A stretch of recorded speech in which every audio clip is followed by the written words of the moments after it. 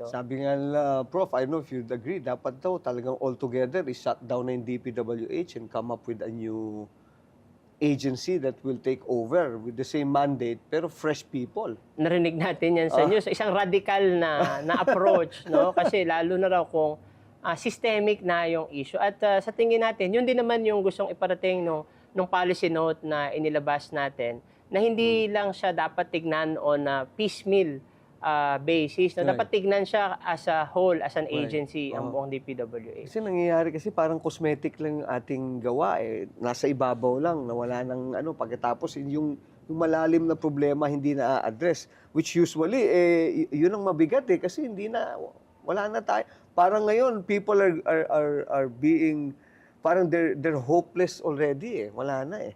Parang hindi na nila alam kung ano na nangyari sa gobyerno natin, di ba? Kasi ang na-uncover pa lang nila, nakita naman natin sa bilis si Secretary Dizon, isang proseso sa isang district engineering office sa Bulacan.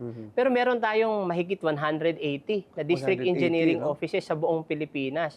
So it will take us really some time to check kung yung same pattern ba ay ginagawa nung lahat ng district engineering office sa lahat ng proyektong ini-implement nila. Nakita mo yung itsura ni, Prof? Nung unang picture niya, bago mag-DPWH, medyo fresh pa si Secretary Dizon eh. Ngayon, yung itsura niya, parang tsuhin niya na yung nando sa kabilang picture. Very hands-on kasi si Secretary Vince. At kabi-kabila yung kanyang site visit. Siya mismo yung tumitingin kung diba? ito ba ay ghost project or natehinga na lang ba yung project pero lumalabas, fully paid na ng gobyerno yung proyekto. If not ghost project, if at all it was properly built at tama yung structure, tama yung mga specs na ginawa. At hindi substandard. Up to specs, hindi substandard. Mahirap din yung ni Secretary Vince, no? So at least medyo meron tayong nagtatrabaho na... Kasi at least kung ghost, madali mong ma-determine. Nakalagay completed, wala on-site, ghost yun.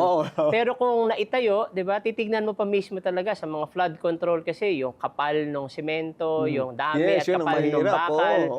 Paano mo ngayon makikita after it has already been built? Kaya sabi nila, it goes to show na dapat wala na talaga. Hindi ba?